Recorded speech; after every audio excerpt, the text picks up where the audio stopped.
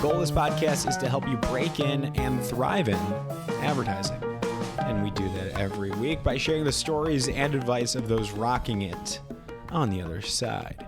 We also have an award show for aspiring advertisers called the Crowbar Awards.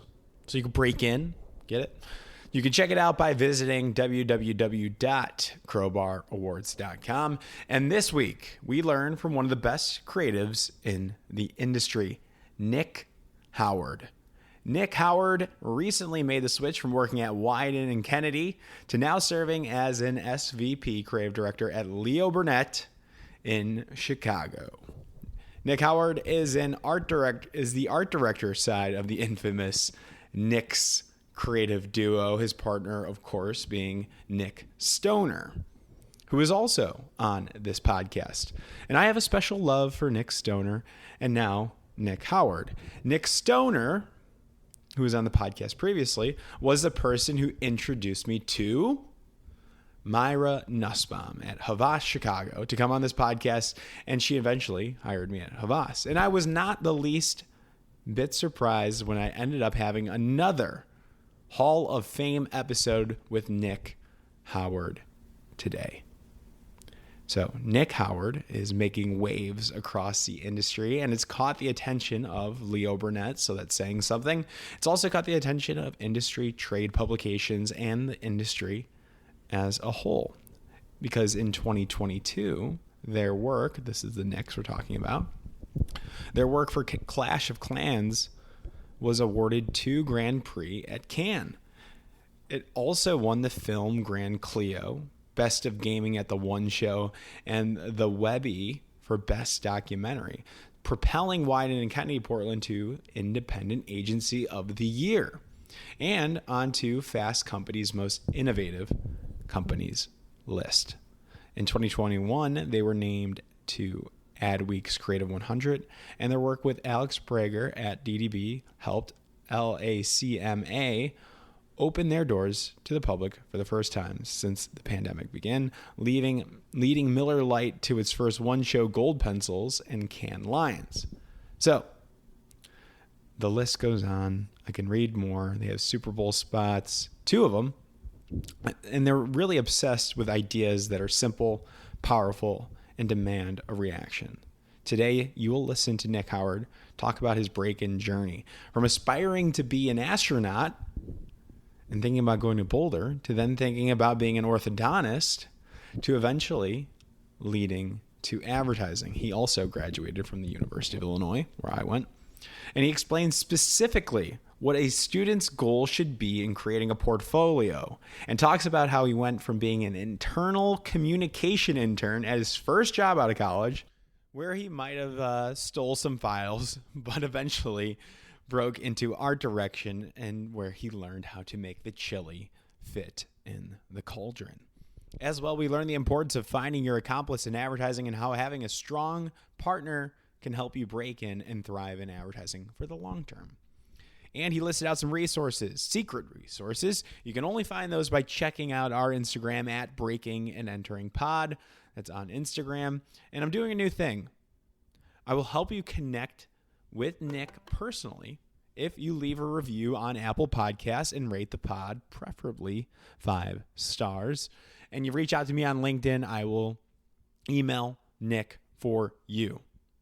Now on with the show. This is the Breaking and Entering Advertising podcast, and as usual, I'm your accomplice, Gino Schellenberger. Kick it, Mikey.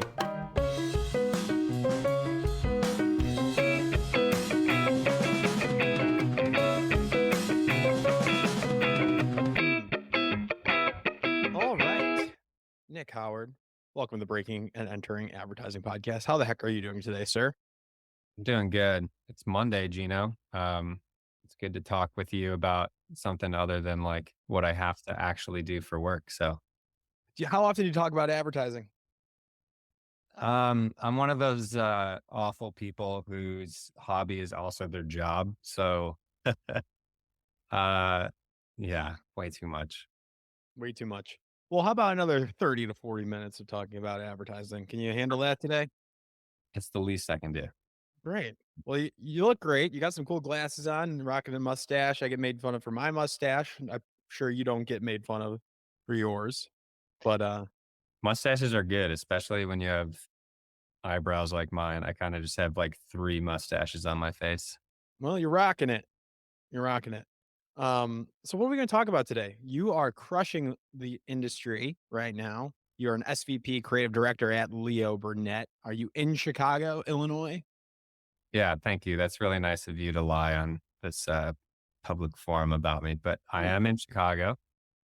Um, doesn't feel like you're crushing it. I definitely have never felt like that. But yeah, I spent a little bit of time on the West Coast and just moved back home to Chicago, the homeland for me, and super proud to be back. I've got a lot of love for the city, and it's, you know, overlooked by people on the coast and international folks who tend to go over to New York or Los Angeles. But man, there's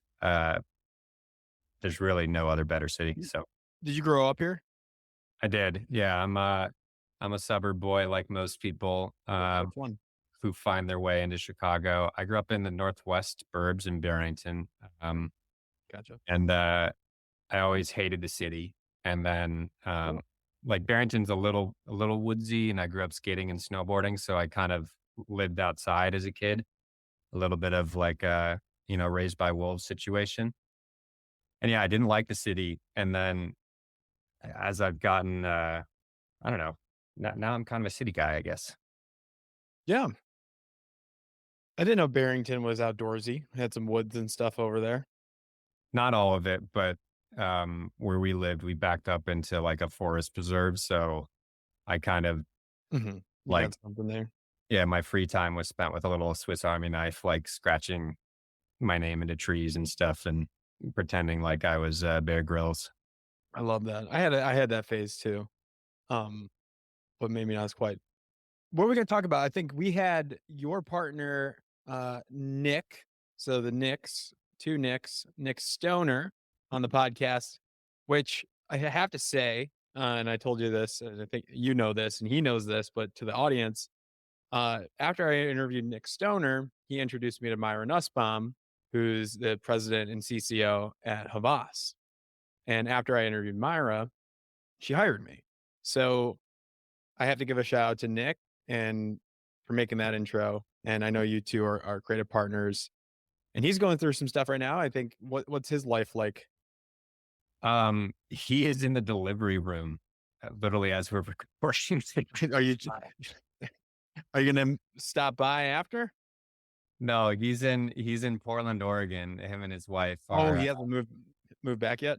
that's right. Yeah, he's still on the West Coast. They're having their baby. But yeah, him and Myra are the best. The 3 of us are like the weirdest little advertising family. If there was such a thing as like advertising godmothers, Mhm. Myra's earned that title for both of us. Has been a mentor, a boss at several agencies, a guru, like sort of everything to us. So you found yourself a good boss. I'll go wherever she goes.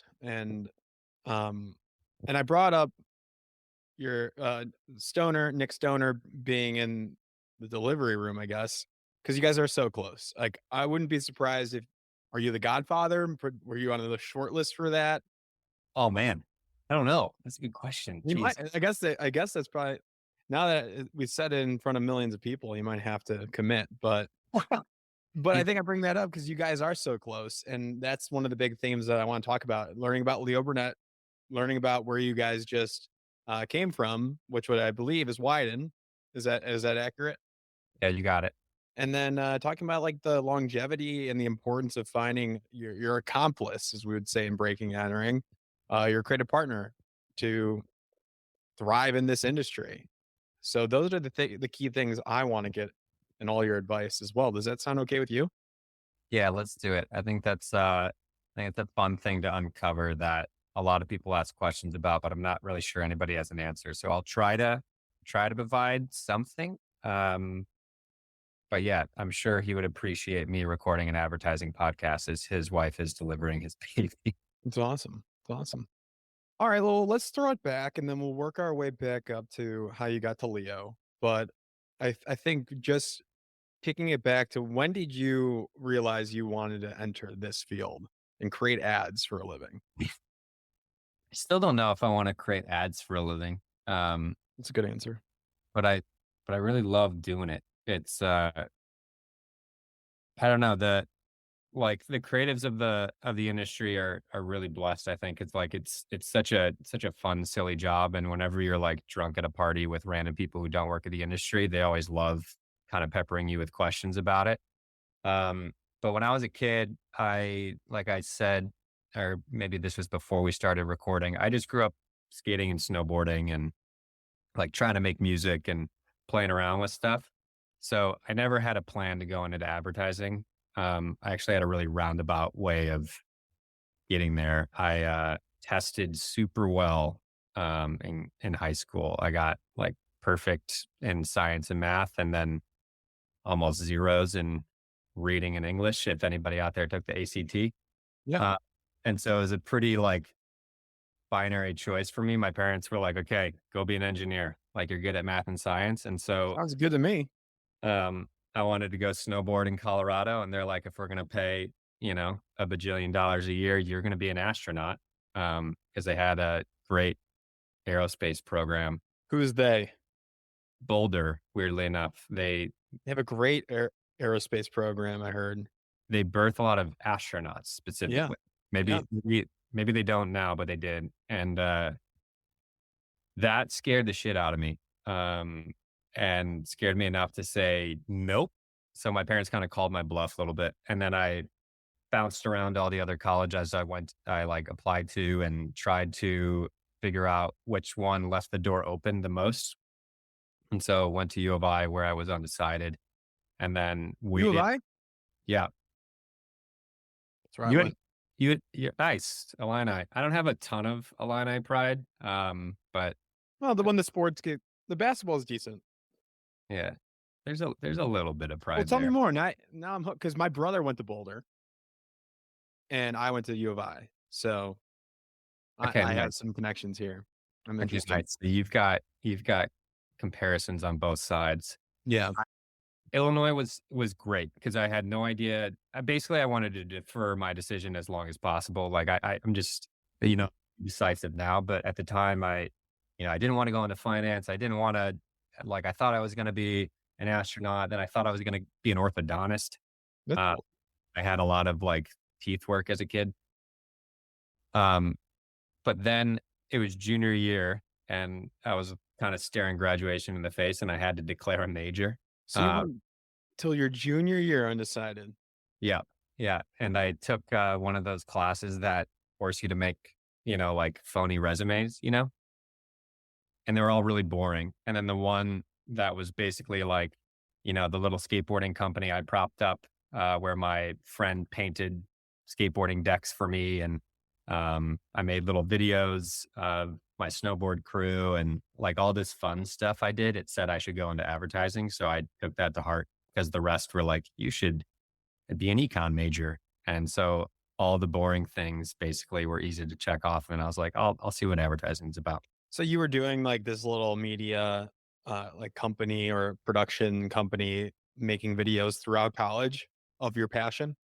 Yeah, I had a few actually, none of which were like anything to actually talk about. But yeah, one of them was I found this guy who made longboards out of his garage in Utah. I Hmm, bought his blank longboards, and then a friend of mine was a really great painter. He painted the bottom of them, and cool. we sold those. I had another company that was trying to be like hype beast for college students. It was like a culture blog for men, and I Cool. had 9 other people at other colleges around the country who were contributing writers, and so we That's did that awesome.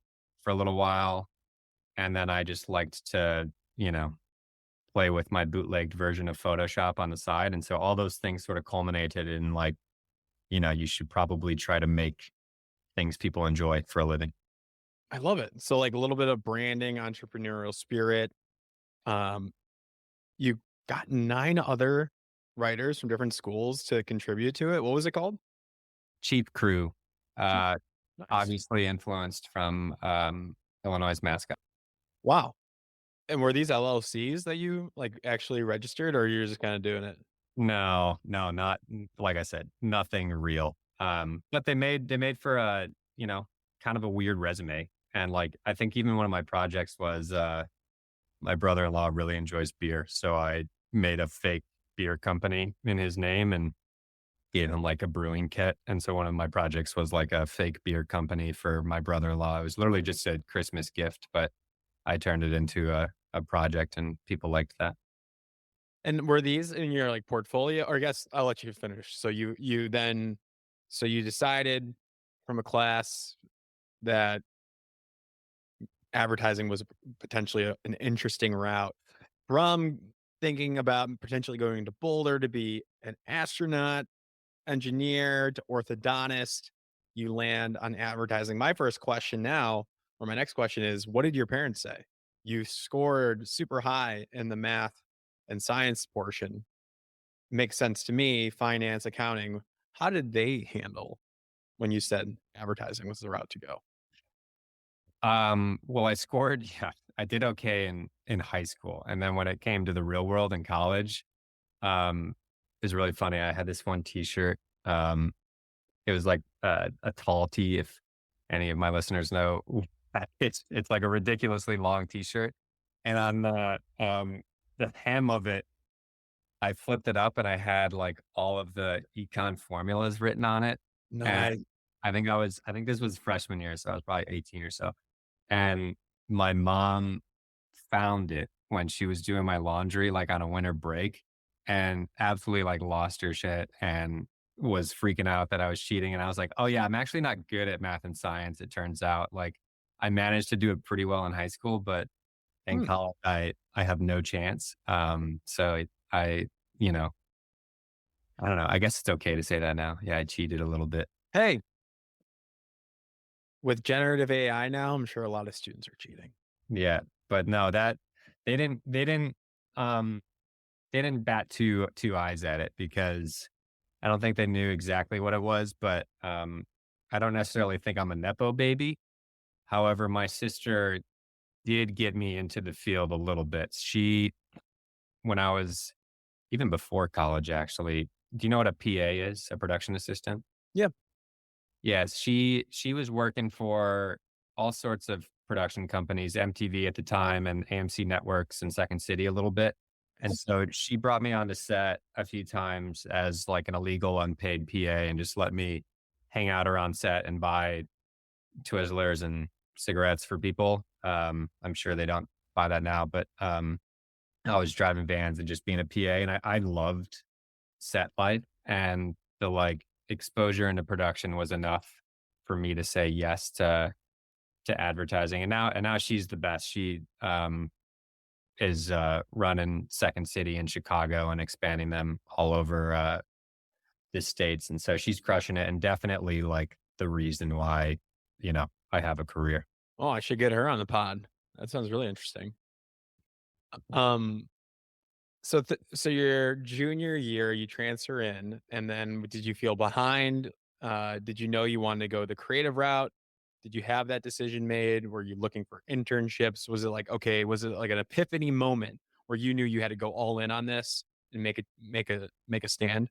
Absolutely. Cause people were getting jobs junior year, you know what I mean? Like the really smart people were sure they were getting internships, but they were like having real conversations with real companies. So I totally felt behind the eight ball.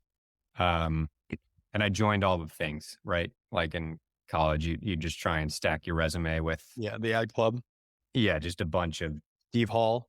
bunch of Yeah. bullet points. Yeah, I know Steve. I've talked to Steve a lot. He's a good dude. He's one of the good ones for sure. Yeah. Um, but yeah, I joined all the things, and within one semester, I quickly realized those also weren't for me. I'm not like a rebel by any means, but I took the creative advertising class and I got like a C minus. Peter And Sheldon.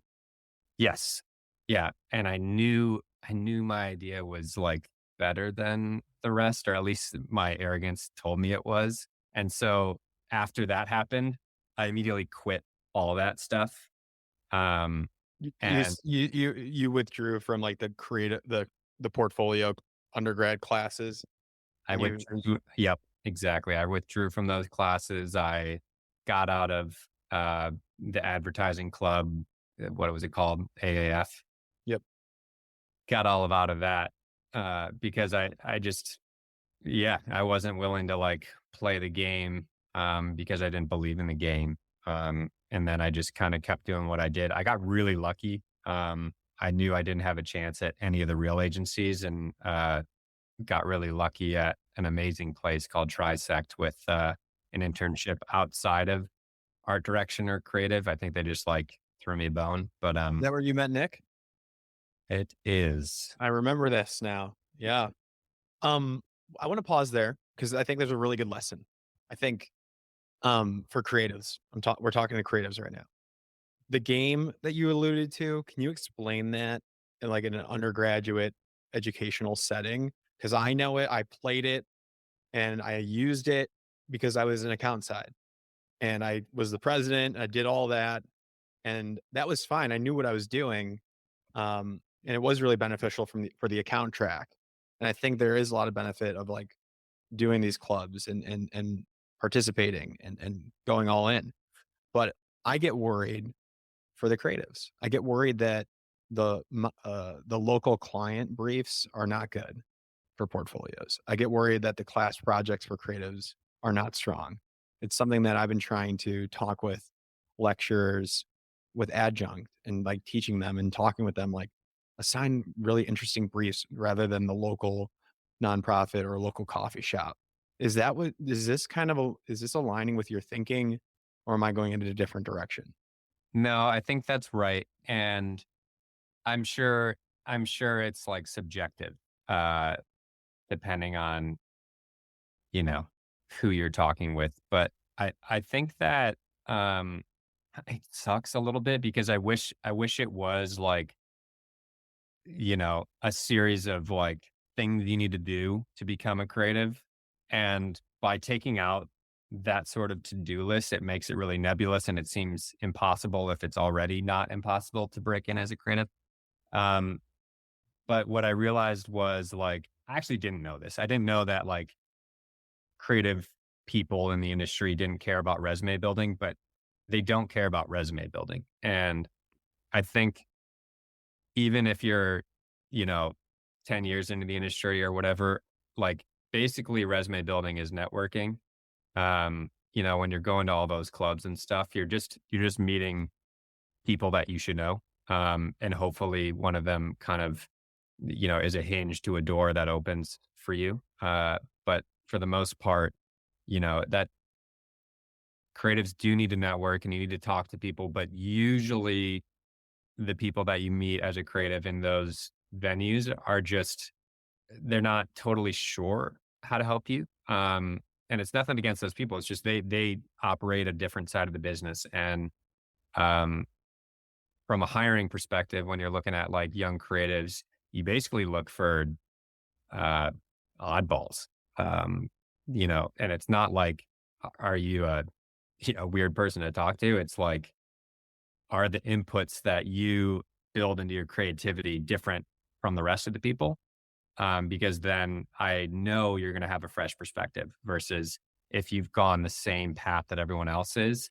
That's really beneficial for like a business side of a business. But I feel like for creatives, you kind of just want like different points of view that think differently, so you don't see the same thing from the same people the same days. And was that for you? Was that demonstrated in those? Was it the Chief Magazine or that longboard painting art company? Did you think that is what got you into Trisect, or a combination of the networking as well and who you knew? Do you recommend people to kind of have like these little side projects instead of worrying about the perfect portfolio? I would love to hear your thoughts on that. Definitely. Definitely. Because yeah, if we're talking about portfolios for a second, um, I've seen the same portfolio for a decade now, and it's like, six logos of random brands they picked out of a hat with a couple ad-like objects and maybe a paragraph that explains what they're talking about. But they all look the same. And I think that's good because it shows that you can think strategically about a business. But usually your portfolio is like only responsible for doing one thing, and it's responsible for being memorable. Um, so if you can provide some entertainment or just present something on a website that like, you know, I'm excited to read, excited to show to Gino, like that's kind of the only job. And I Hmm. think it's true of portfolios of CCOs too. Like the only job of a piece of work is to like get people interested in it. So if it looks the same, it usually is just going to look the same. Now, do you still want to see those core competencies of the ability to have a background, insight, and interesting execution multiple times? Or are you saying do something completely different? Not really. I kind of think I don't think it's easy to do, but it's easy to put that type of portfolio together where I feel like like I said, like if you can just put together a website that I had a fun ride on, that's, that's the job. That's it. Hmm. And, you know, You should captured your attention, which is what yeah, we're supposed to be doing for our clients. yep. Yep. I think that's the only gig. And case in point was this guy, he's like born in the wrong generation. He works at Wieden right now. His name's Grant. He's an art director, but his real passion is music, and he like got an album mastered by Robert Plant. His website was, I think it was called like Grant.party or something, and it was just you went on there and it was like a bunch of flashing lights and felt like you were in like a little dive bar. I have no idea what the work is on his website anymore, but like I remembered that, and I remember him, and he wears bell bottoms and cowboy boots, and he's a good time. And like, you know, maybe that's not great for every client. But I really think that's the only job of a portfolio is something that you can remember and is sticky. Hmm. And then when you see something that's interesting or off the cuff like that, are you on the other side thinking about, I like this person's style. It would be really helpful for X client. And you would want to hire them for that client? Or are you just saying, this person's interesting. I don't care where he or she goes. We got to get them in this agency. I haven't had the fortune of being in the second position yet. So, So another you're thing, usually trying to map it to a specific client when you're looking for it to fill a position. You're like, okay, this style, his comedy style or his design style or design style would work really well for Old Spice. yeah, I mean, to be honest, I haven't had that much experience doing that either, and I Okay. feel like I'm really terrible at hiring. I've made a lot of bad hires. It's definitely not my strong suit. It's a hard thing. It's a totally different art form to hire well, and I know there's a lot of different philosophies out there. Some is like, a classic Weidenism is to hire wrong, um, to get that different point of view, but then uh, it's a long walk to basically train that person, right? So I wish it was a simple answer, but I think that's probably with any industry. It's like pretty tough to hire well, Yeah. because people can present themselves in a fashion that like fits the keywords, but it doesn't necessarily mean that they're going to be like great at the job. Can you tell me about a situation where you said you hired the wrong person or a bad person? You didn't do a great job. Looking back, were there red flags that you learned from that we can take away? I can give you a creative perspective, and Yeah, please. I still don't know how to do it the right way. So, should any higher ups listen to this and want to give me some advice, my inbox is open. I hired people who were like kind of addicted to advertising and in the past, and I think that now, which sucks because I'm addicted to advertising. So it like, it sucks to say that like I think that's wrong. Um, I think it's healthy to like the business you work in, but whenever you hire somebody that's addicted to advertising, I think their goals are inherently like wrong. They're addicted to to use like the word from earlier that we were talking about, they're addicted to the game a little bit. Versus when you're hiring creative people, you just need people who are addicted to making stuff and like who will make stuff that is great and makes them happy at any cost. Mm. I think is the best type of person. I There's a like lot that. you have to roll with, of No, course. I've been telling students that they still need to understand the industry and know the agencies and see the work that they're creating. They should be hungry to learn historically and what's winning. Is that still good advice? But you're saying the problem could be when all they know is advertising. They study the best ads and they see what's just overboard. There's an issue because a lot of students I talk to don't know very much about current ads and who's winning and losing business and what's winning at Cannes and these award shows. Is there a healthy balance? Is that what you're trying to? That's what I'm saying. Do you agree with that? I do. And let's see. Balance is an interesting way to look at it because I don't even know if it's a balance. I kind of feel like having an encyclopedia is Yep. almost table stakes. Um, to me, I'm sure other people don't want that at all. Um, I I say that because um, advertising as a creative is an inherently competitive business, and you should know how the teams have played against you. I played a lot of sports as a kid, so like I'm very much like watch the film, like know what your competition is, and Yeah. the only way you're going to beat your competition is to know their playbook. Um, but the problem that comes with that is your references become things that have been made in the industry, Yeah. as opposed to those people like who kind of think weirdly. So like going back to why I was hired, it was probably because I had a weird book and like it was not an advertising book. So they're like, oh, this guy's point of reference is just not going to be stuff that we've seen where, when you see a bunch of scripts that have images and swipe and references to other ads, it's like, well, I don't really want us to make a copy of that ad campaign. You know what I mean? Advertising is very much a game of fresh thinking and have I seen that before? So, um, yeah, I think it's more important to like know what's out there, but then also like put that in the drawer. Know it and stow it away so you Yeah. don't copy it. Interesting. I think that's a really good call out. So I appreciate that. So, and also I like your point about the competition, sports reference. What sports did you play? I played everything good enough, but none of them great. I was like a Yep. Swiss Army knife kid. I played soccer, basketball, baseball, lacrosse. I was a lifeguard. I probably should have swam and done water polo. Cool. Um, did a lot of things, and then I hit puberty like in college. So once I went to high school and everybody else was turning into a man, I was still 5'1" and 100 pounds soaking wet. So I quickly was like, yeah, I'm gonna snowboard and skateboard instead. Hmm. Better late than never. Uh, gotcha.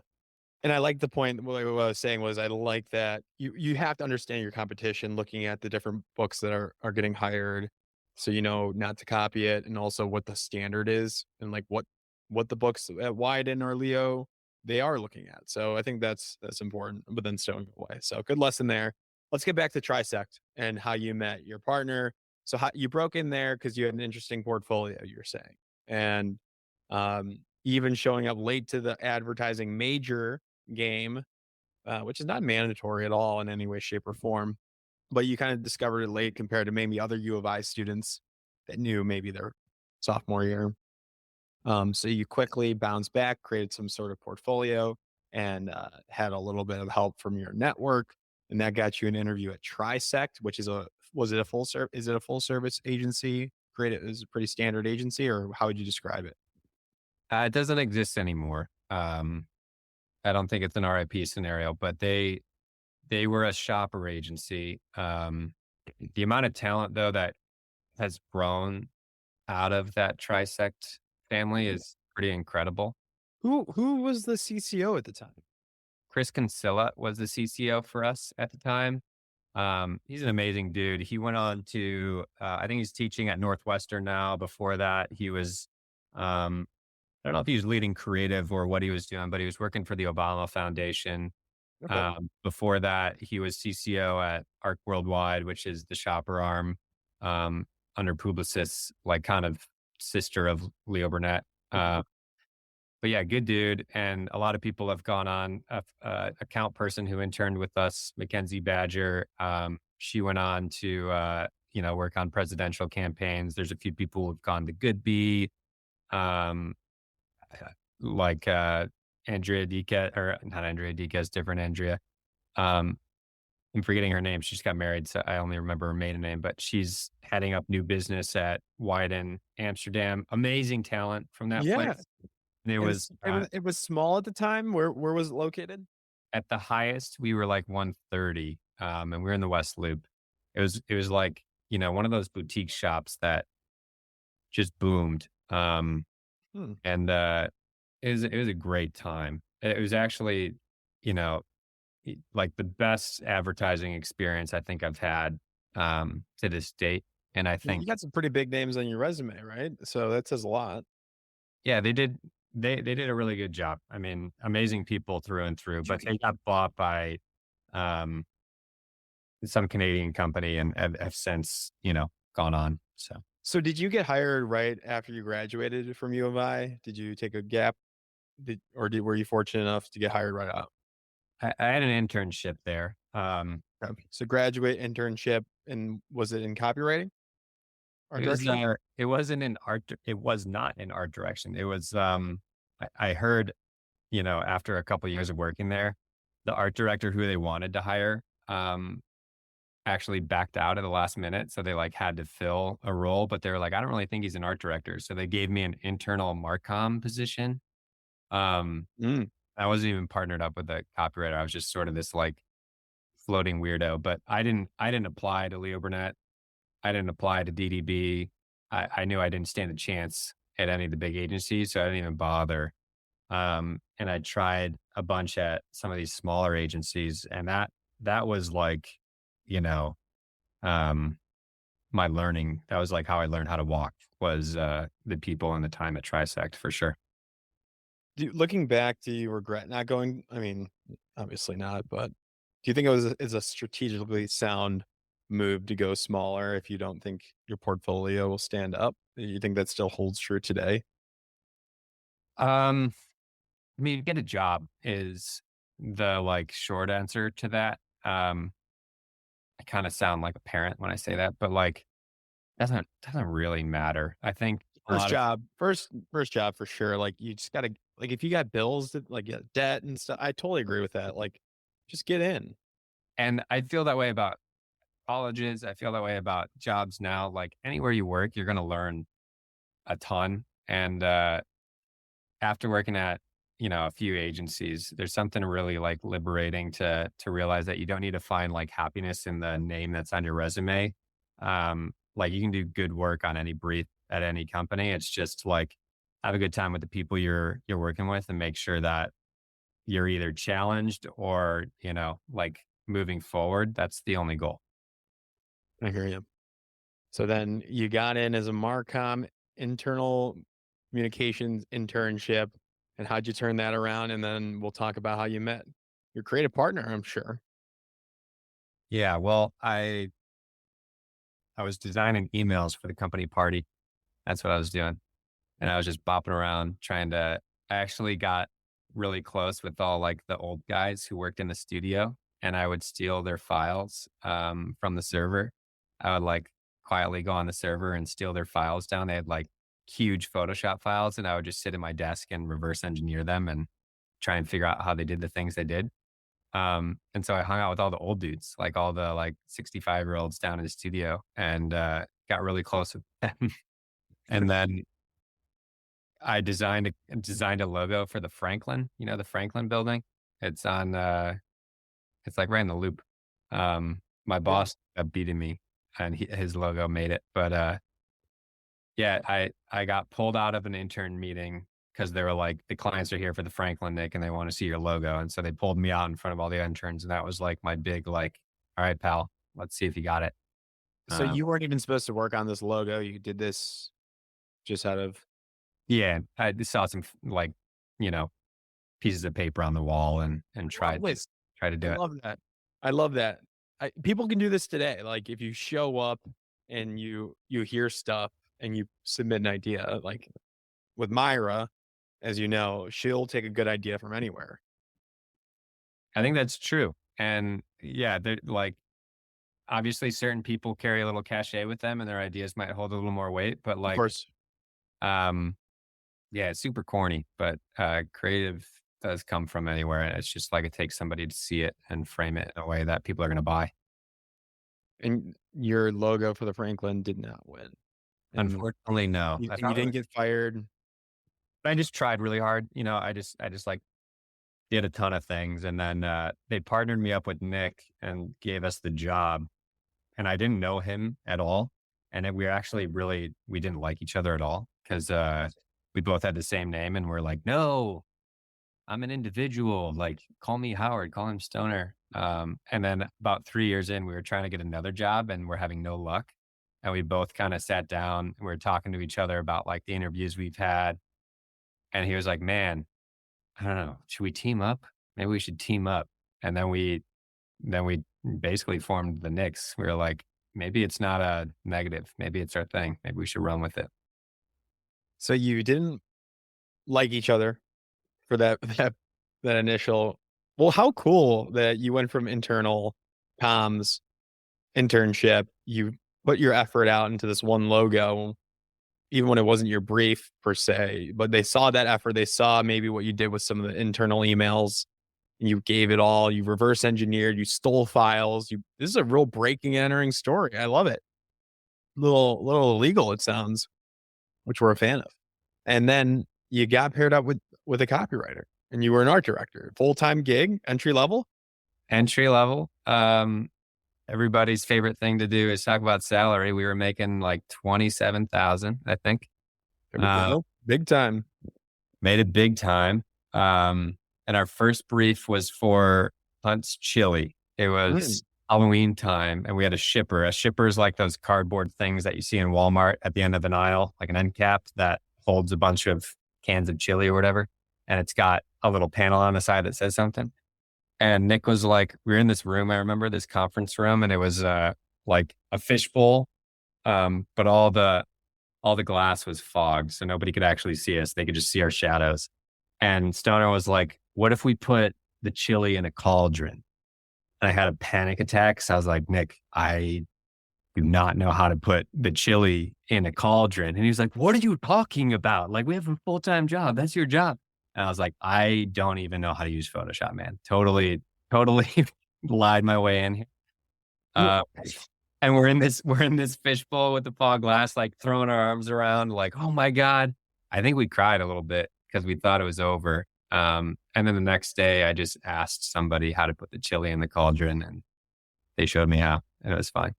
There you go. Oh my goodness. That's hilarious. So you figured out how to put the chili in the cauldron. Yep. And that's kind of like a metaphor, I guess. It is. Yeah. I like that story because I still don't really know how to put the chili in the cauldron, but somebody does. You just had to talk about it. Beautiful. That's a soundbite. That's beautiful. Tearing up over chili. And Halloween time. It's Halloween time right now. That's right. Gotcha. So, and then you figured it out together. You did 3 years of Trisec. Yep. And then you're like, all right, we got time to get more than $27,000. We're going to make some more money. We're going to hop around to another big agency. And you guys formed this friendship ever since the chili incident.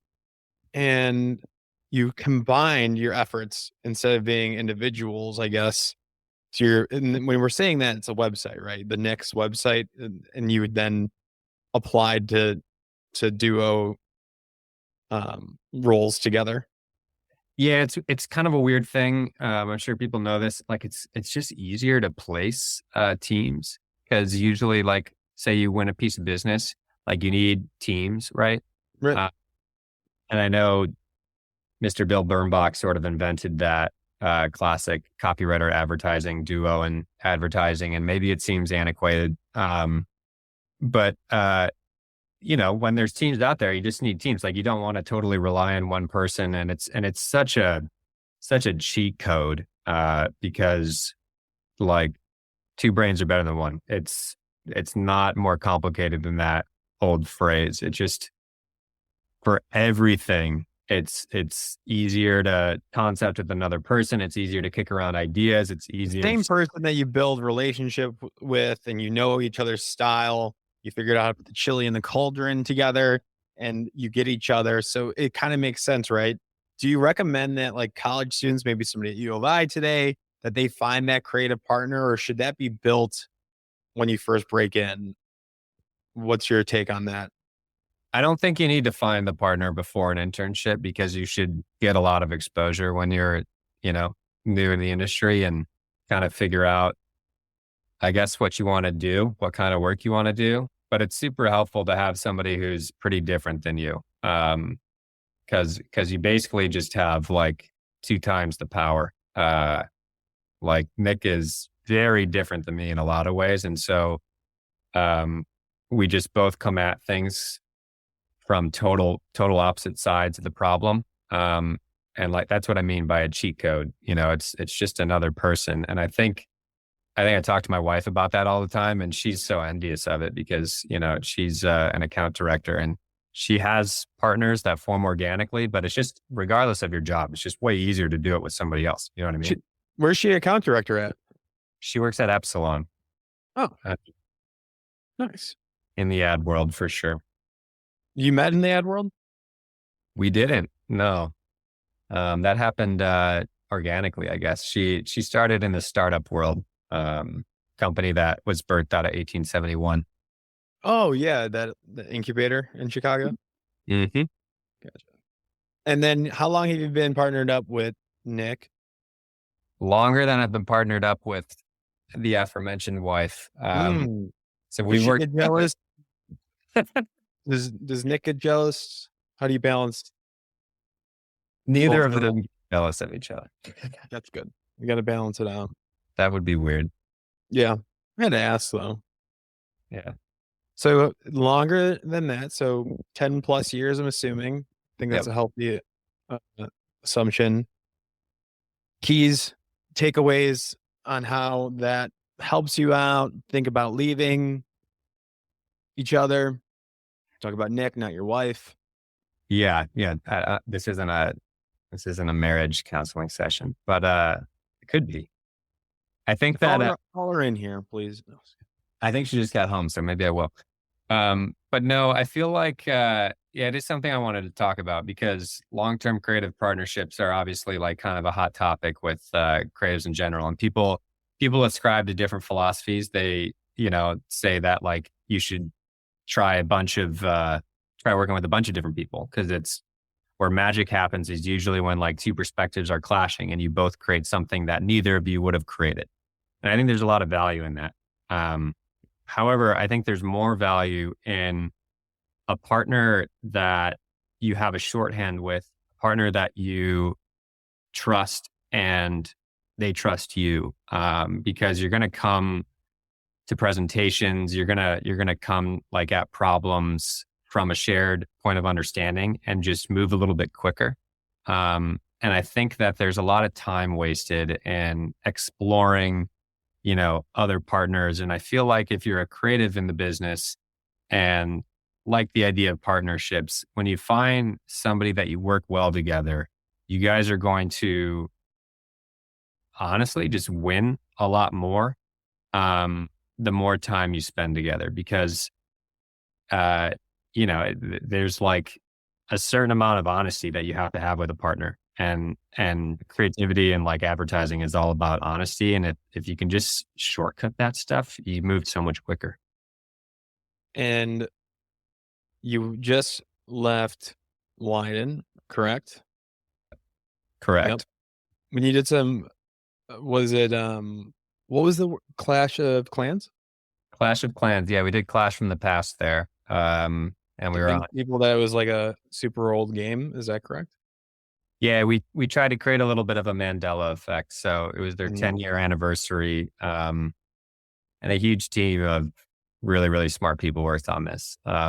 So it definitely wasn't just the 2 of us, but it was the 10-year anniversary, and we convinced their fans. They have like 6 million YouTube subscribers or something, an insane, ravenous community. And so we basically had, a Super Bowl's worth sized audience at our disposal, and we just convinced them that it was their 40th anniversary. So we reinvented history, and we pretended like Clash was, Mario, and like made the 80s, made the 90s, made the 2000s. Always there. Yeah. Yeah. It was great. That was like a project of a lifetime. And that won big in the awards circuit. Yeah. Yeah, it did. A grand? Did really well. Gold, grands, all that good stuff. We won a couple Grand Prix at Cannes and a bunch of other things. Super proud of that. I always feel like I have to like pour one out when I talk about it, because it's like, damn. I look at it. That's like a Grand Prix is probably the toughest thing to get. Black pencil, Grand Prix, Super Bowl ad. It's up there on the Mount Rushmore of greatest accolades. Yeah. It was a joy, for sure. Congrats. Thanks, man. Yeah, that one is something I'll probably. I'm not like sentimental about advertising, but fuck, that was a lot of fun. Dude, you did it. That's awesome. So my last question, and then I want to wrap things up. What brought you back to Chicago? Couldn't leave the beautiful city for too long? What was going on there? Chicago, I mean, like I said earlier, Chicago's kind of city of one. I know our like tagline is the second city, but I do think it's better than the coastal cities for a lot of reasons, because people aren't posturing as much, and so people just kind of get down to work. But we had a lot of fun in Wieden. It was definitely bittersweet leaving there. But going way back to like, when I was first applying to jobs, I didn't even bother applying to Leo Burnett. Like that was the big Chicago agency. You know what I mean? I still think it's like, it is the one agency in Chicago to me. And Havas Chicago. And Havas Chicago, the two agencies in Chicago. Thank you. And we were kind of looking at like what we could do next, and we wanted to see if we were worth our salt as leaders. And there was an interesting opportunity that Brett Nolan gave to us. He's running Chicago right now at Leo, and there wasn't a lot of things out there that were like as challenging to us.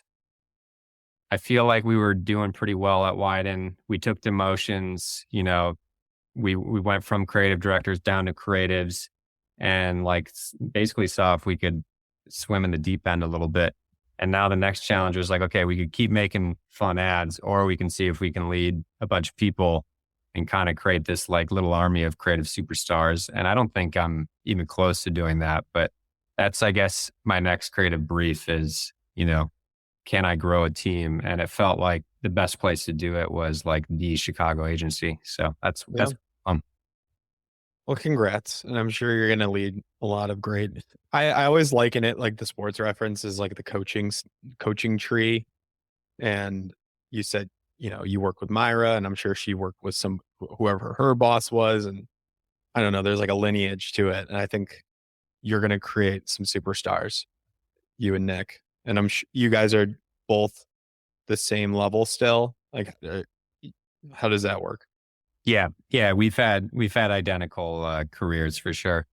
And yeah, the title thing is another whole podcast. Like titles are silly in advertising. But you're a creative director, and you look over multiple duos, like we've been talking about, for multiple clients potentially. Yeah, exactly. We run a bunch of clients, but it's also just kind of fun to see, like, I know how Nick and I would approach a brief. And so the most exciting thing for me right now and like the day to day is to show up to a creative review and see how creatives approach the brief, and just like kind of sit back and enjoy the show a little bit. It's like a fun surprise. And then pull out the best idea, then workshop it and grow the idea and make it better. Yeah. It's not a gate as much as it is like just something we get to build together. So it's fun. We're definitely stumbling into that a little bit. It's not easy going from being a creative to a leader, but that's the job right now. And so far, so good. Amazing. Well, Nick, thank you so much for sharing your story. We talked about advice along the way. Is there one final piece of advice that you want to give that you were thinking about? one final piece of advice. It's a good question. You kind of caught me off guard with that. Let's see. I Be usually curious. I hear that one a lot. Oh, do you? Yeah. Um, I think it's not necessarily a piece of advice as it is like a way of looking at things. Interrogate what people mean by great work. I get like my blood boils a little bit when people say like, "Oh, let's do great work." I hear that all the time, and I don't know what that means. Oh, it means it's makes money for the client. That's exactly what it means. That's what I mean. Interrogate what great work means. We have a philosophy like I think we stole it from somewhere. I don't know where we stole it from, but it's called embrace the suck and figure out what great work means to people. And whatever they give you something sucky, embrace that suck and like figure out how to turn it into something good. Because all of our opportunities, we got hired at FCB on the worst clients. We got hired on DDB at the worst clients. We got hired at Wieden on the worst client. And then that client fired us in a month. But like embrace the suck, take the challenge and figure out how to make a diamond out of it. Because I bet you 10 times out of 10, the best briefs are not, the best work that you're seeing winning out there. So go out there, embrace the suck and figure out what the fuck people mean by great work. Love it, Nick. How can people reach out to you if they want to ask you more questions? I'm available wherever. I give you my cell phone, but That's okay. What I'll do is if people want, I can introduce them to you. yeah, no, they can find me on LinkedIn, sadly. It'd be way cooler if I had like I don't know, an alias on Spotify and I was doing EDM music or something. But no, I work in advertising. I have a LinkedIn profile. There you go. Nothing wrong with that. Thanks, Nick. Great interview. Thanks for taking the time. Yeah, man. Thank you, Gino.